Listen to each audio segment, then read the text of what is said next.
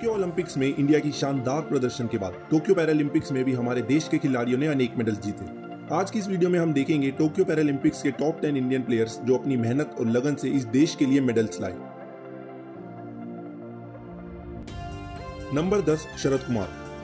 Final से एक दिन पहले शरद के घुटने में कुछ तकलीफ थी और इसकी वजह से वो बहुत परेशान थे। इस परेशानी से राहत पाने के लिए उन्होंने फाइनल से एक रात पहले अपने घर वालों से कॉल पर बात करी और उसी रात शरद ने भगवत गीता भी पढ़ी।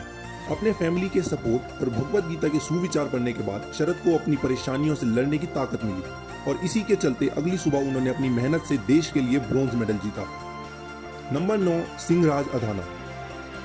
सिंहराज ने 35 साल की उम्र में ये स्पोर्ट्स चुना और पिछले साल लॉकडाउन में अपने घर में प्रैक्टिस करने के लिए पूरा सेटअप बनाया। अपने एक इंटरव्यू में उन्होंने बताया कि बचपन में उनके गांव में पोलियो ड्रॉप्स की दवा ना होने की वजह से उन्हें पोलियो हुआ था, जिसकी वजह से उन्हें लकड़ी के सहारे चलना पड़ता था। 15 साल की उम्र में उन्होंने लकड़ी को त्यागा और अपने पैरों पर बिना लकड़ी के सहारे चलने लगे। सिंहराज की कड़ी मेहनत और लगन के कारण ही आज 39 साल की उम्र में उन्होंने देश के लिए ब्रॉन्ज मेडल जीता। नंबर 8 सुंदर सिंह गुर्जर। सुंदर ने 16th para athletics national championship में 3 गोल्ड मेडल जीते वर्ल्ड रिकॉर्ड बनाया था। उन्होंने एक इंटरव्यू में बताया कि पिछले 4 साल से वो इस इवेंट के लिए तैयारी कर रहे थे। एक बार एक इंटरनेशनल इवेंट में सुंदर लेट रिपोर्ट करने के कारण डिस्क्वालीफाई हो गए थे। दरअसल इंग्लिश में कमजोर होने की वजह से उनको नहीं पता चला था कि कब उनके नाम की अनाउंसमेंट हुई। उस इवेंट में डिस्क्वालीफाई होने के बाद सुंदर का तो मानो मनोबल सा टूट गया था, लेकिन उनके कोच महावीर प्रसाद सैनी ने उन्हें मोटिवेट किया और आज अपनी मेहनत और लगन से सुंदर देश के लिए जैवलिन थ्रो में ब्रॉन्ज मेडल जीत के लाए। नंबर 7 मरियप्पन थंगवेलु। मरियप्पन जब 5 साल के थे तब उनकी दाहिनी टांग बस के नीचे आ गई थी और उसके बाद से उन्होंने अपना पूरा जीवन सिर्फ एक टांग के सहारे गुजारा।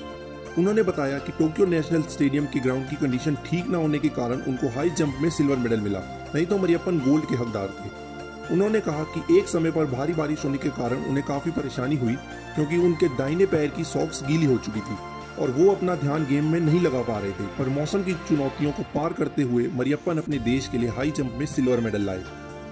नंबर 6 निषाद कुमार। 8 साल की उम्र में निषाद ने एक एक्सीडेंट में अपना दाहिना हाथ खो दिया था, पर उनके अंदर खेल का जज्बा बचपन से ही था। साल के शुरुआत में जब दुनिया कोविड से लड़ रही थी तब निषाद भी कोविड की चपेट में आ गए। ये सब बेंगलुरु के साइंस सेंटर में हुआ जब निषाद अपनी गेम के लिए प्रैक्टिस कर रहे थे। उन्होंने कोविड को मात देके अपनी मेहनत और विश्वास से देश को हाई जंप में सिल्वर मेडल दिलाया। नंबर 5 योगेश कथुनिया। योगेश को 8 साल की उम्र में पैरालिटिक अटैक आया था, जिसके बाद उनकी जिंदगी मानो थम सी गई, लेकिन योगेश ने कभी इस बात को अपने और अपने सपनों के बीच नहीं आने दिया। उन्होंने कड़ी मेहनत करी और अपने आप पर विश्वास रखा कि वो एक दिन देश का नाम करेंगे और इसी मेहनत, लगन और विश्वास के चलते आज योगेश ने टोक्यो पैरालंपिक्स के डिस्कस थ्रो में सिल्वर मेडल जीता। नंबर 4 भाविना पटेल। 12 साल की उम्र से भाविना पोलियो जैसी खतरनाक बीमारी से जूझ रही थी। बचपन से उनका सपना था कि वो एक बार अपनी जिंदगी में सचिन तेंदुलकर से मिलना चाहती हैं, क्योंकि वो उन्हें अपना आइडल मानती हैं। उनका ये सपना सच हुआ जब टेबल टेनिस के फाइनल्स में उन्होंने सिल्वर मेडल जीता। भाविना की खुशी का तो मानो ठिकाना ही नहीं था। सिर्फ इतना ही नहीं, भाविना इंडिया की पहली पैडलर हैं जिन्होंने पैरालंपिक्स में मेडल जीता। नंबर 3 देवेंद्र झझारिया। बचपन में गलती से एक बिजली की तार को छूने की वजह से उन्होंने अपना बायां हाथ खो दिया था। उनके पिताजी एक कैंसर पेशेंट थे। पिछले साल अपनी ट्रेनिंग के दौरान उन्हें पता चला कि उनके पिता की तबीयत ज्यादा खराब है। इस वजह से देवेंद्र अपनी ट्रेनिंग बीच में छोड़कर वापस लौट आए, लेकिन उनके पिता ने उनसे वापस जाने को कहा और कहा कि तुम अपनी ट्रेनिंग पर ध्यान दो, क्योंकि वो चाहते थे कि देवेंद्र देश के लिए मेडल जीत कर लाएं। पर दुर्भाग्य से पिछले साल अक्टूबर में उनके पिता का देहांत हो गया। उसके बाद देवेंद्र ने अपनी ट्रेनिंग में जी जान लगा दी। अपनी मेहनत, लगन और पिता के आशीर्वाद से आज वो अपने देश के लिए जैवलिन थ्रो में सिल्वर मेडल लाए। नंबर 2 सुमित अंटिल। सुमित का सपना बचपन से इंडियन आर्मी ज्वाइन करने का था। इसके लिए उन्होंने बहुत सी सरकारी नौकरियों को भी ठुकराया, लेकिन एक एक्सीडेंट ने उनकी जिंदगी ही बदल दी। उस एक्सीडेंट में सुमित ने अपनी बाईं टांग गंवा दी।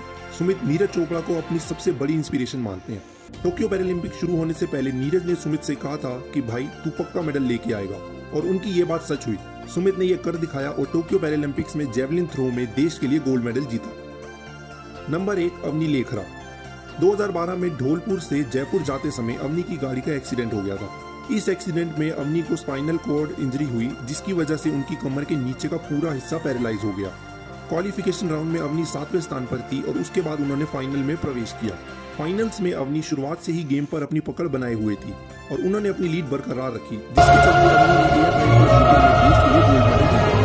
सिर्फ इतना ही नहीं, अवनी देश की पहली महिला हैं जिन्होंने पैरालंपिक्स में गोल्ड मेडल जीता। आज की वीडियो में सिर्फ इतना ही। अगर आपको ये वीडियो अच्छी लगे तो वीडियो को लाइक जरूर करें। नीचे कमेंट में बताएं कि आपका फेवरेट खिलाड़ी और आपका फेवरेट स्पोर्ट्स कौन सा है। और अगर आप ऐसी और मजेदार वीडियोस देखना चाहते हैं तो चैनल को सब्सक्राइब करना ना भूलें।